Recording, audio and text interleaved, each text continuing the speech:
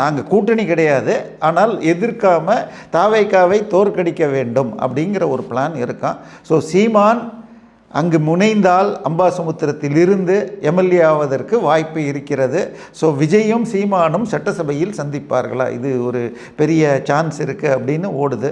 So இபிஎஸும் ஸ்டாலினும் ஒரு syndicate போட்டுக்கிட்டு விஜயை தோற்கடிக்க வேண்டும் என்ற பிளானில் அதிபர் அவர்களை அங்கே நிற்க வைக்கிறதுக்கு ஒரு பிளான் ஓடிட்டுருக்கு. ஸோ இது நடக்குமா? ஏன்னா இதில் வெற்றி பெற்றால் வர்ற கார்பரேஷன் எலெக்ஷனில் ஃபைட்டு கொடுக்கலாம். இல்லைன்னு வச்சுங்க, இந்த 5மே தாவேக்கா ஜெயிச்சிடுச்சுன்னா அது கொஞ்சம் கொஞ்சமாக போயிடும். ஏன்னா இவர் ஓப்பனாக ஆதவ அர்ஜுனா சேலஞ்ச் பண்ணியிருக்காரு, நீங்கள் ஒரு முனிசிபாலிட்டி இல்லை ஒரு கார்பரேஷன் ஜெயிச்சு காட்டுங்க பார்க்கலான்னு.